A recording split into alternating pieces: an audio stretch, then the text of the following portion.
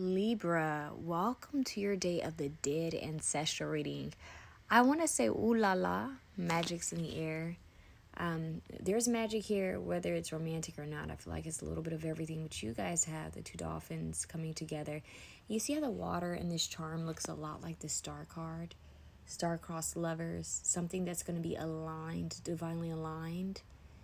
And I'm seeing a shooting star. Yeah, star-crossed, like they're coming together by this moon. So there's something here, and I also got sacred geometry because you see how the star is above her head. It looks a little bit like the Star of David, right?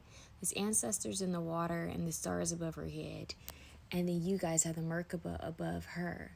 So in the Star of David and the Merkaba, watch sacred geometry from the Gaia channel and put the pieces together because you guys have so many synchronicities. It's ridiculous.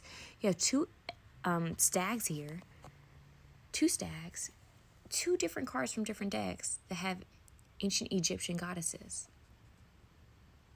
And then another synchronicity with another magic card. So you guys are, and then even having this card here, the salmon veil walker, and then you have this, and she's in between two different veils, like the ocean, then land, earth. It's very interesting because water is sometimes seen as a portal, right? Women are portals. Water is a portal. We are mostly water. What's deep about this, you guys, is you even have the hangman. And look at what's different about this hangman. He's in water. A portal. And it has like old belongings. This is an ancient ancestor. You guys have several ancient ancestors trying to communicate with you in animals. This could have been, for some of you guys, this could have been a witch that was in the Salem trials. I think I had to pick a card reading or another reading that was like this. You could have had an ancestor that was a part of like the witch burnings and hangings, or you could have had ancestors back in slavery that dealt with this. But I hate to get morbid, but this is like the energy that's coming through. Like they're sharing with you that these are ancestors that went through trauma. They went through pain. They suffered a great deal, and they don't want you to suffer. They don't want you to be a victim to anyone. They see you, and I'm hearing they see you, and they see you in your power. That's the way they want to see you. So they're saying that you have much more freedom and much more, I'm hearing, safety than they ever did. Wow. So they're saying that you need to use your freedom, use your liberation, and take full advantage of it and create powerful things. So these are ancestors that want you in your power. These are really ancient ancestors, ancient beings. And I'm going to be honest with you, some of them aren't even, some of them are deities that are here with you.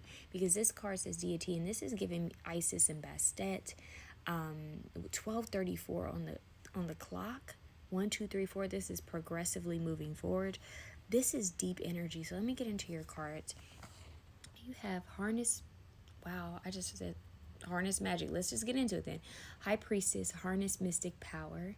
You guys have honor the deities around you, prayers, offerings, help. The star card. The Samhain or Samhain, veil walker. The familiar. Connect with animals, animal spirit guides, healing, past pets. Magic guardian, unlock the magic within. And the hangman. Your charms are the two dolphins here, in the same water as this. And then you have the initial G, trust, and an airplane. Someone could have been a pilot. Someone could have been in, oh my God. Not the Marines, but I'm blanking, you guys. Not the Navy. Hold on. I don't know. Maybe that is a message. Maybe someone is in the Navy or the Marines, but someone could have been a pilot. Maybe someone wanted to learn how to fly planes or aircraft. Something about planes, okay, is coming through. But they could also want you to travel far. Someone could want you to travel to Egypt. It's making me think of the Nile River. Someone could want you to travel to Egypt or to travel to some ancient land. There might be like a a vortex is what I'm hearing. A sacred vortex, and opening a portal there. There might be a certain reason why this ancestor or this deity, or both of them, want you to go to this area. It could be because you're going to learn something. It could have to do with the past life. You could have some sort of soul recognition while being there. It could renew you, update you into like a newer, I'm hearing DNA upgrade, okay, a new program for yourself, new gifts, new abilities, awakening if you do this. So I'm getting so many energies from you guys. Like this is deep. Now let's start with one. This is making me think of, I've been on my Pirates of the Caribbean kick, you guys. This is making me think of Pirates of the Caribbean when they went to visit Madame Calypso, when we found out she was Calypso. But I don't know if we found out she was Calypso in the first one with her. This is making me think of her. So this is, in that movie, she represents like a goddess of the ocean, goddess of the sea. She was a deity, and they didn't know she was a deity. Very interesting that this is coming out, because you guys can meet someone and not realize that they are an angel in disguise, or some sort of deity is working through them, speaking through them to speak to you. So be mindful of how you treat people, because you never know who you're entertaining, right?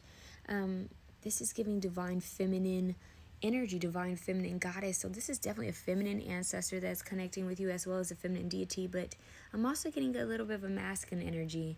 But there's so much strong feminine energy that the masculine energy, it's like I'm not getting much from him, and I want to see what I can pick up from him. I feel like his message is more of protection. Because at the bottom of the deck, you guys have watch the people and energies that surround you. So the Hangman might be here for you guys to shift a perspective and to realize that not everyone is supposed to be around you. Not everyone can elevate with you and grow with you. But this is also making me think of them saying that sometimes when you're stuck, it's just to shift your view of life, to shift how you see things, okay? Now, the connecting with animals, I always take note when my dogs come over to me before certain readings. And one of my dogs came over to me before I started you guys' reading, and she just stared at me. So I just felt like when this card came out and this card came out, you guys could have a familiar that might come through, or your animal, your current pet could be a familiar. A passed on pet could be your familiar, or a pet that's on its way to you, okay? If the cat distribution, dog distribution center picks you, keep the dog or keep the cat, because it could be a protective guide that's supposed to be with you along this journey of your life, okay? Helping you and assisting you along your work. That's a big message, okay? You guys could also have the ability to really understand animals and communicate with them. Your frequency is raising very high, so that means that animals could find themselves naturally just drawn to you, okay? Now, let's talk about this unlock magic within. They're saying there's so much magic hidden within you, stored within you from past lifetimes, gifts and abilities that were given to you in this current lifetime. They need you to trust more in it. They need you to really focus inward and take note of the gifts and abilities that you have. Take notes of the visions and dreams you receive, because the veil is very thin, and they need you to truly connect and tap in, okay?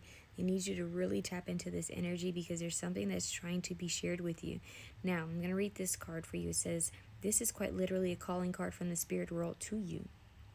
When this card presents itself, someone is trying to get in contact with you. It is up to you if you wish to allow this contact. So you have spirits trying to contact you literally, because the veil is so thin, and it's ancestors, it's deities, and they're saying, hey, will you answer the call? The star card, there's something magical. Like when you have all this magic, harness mystic power, the high priestess, it's like sacred, divine, higher knowledge. This is giving the Akashic Records library opening up for you. What you guys need to do to receive this information is to set up an altar, okay? Leave some offerings. I'm hearing wear the color white, light white candles, have a black candle to release old energies, and then light the white candle. Work with all the elements. Halloween is supposed to be sacred for you guys. Like, you guys need to be tapped in and working on your rituals and cleansing and protection and connecting with your angels and ancestors and spirit guides and animal guides. Spend time alone receiving downloads and light code activations and tapping into your power and harnessing it to create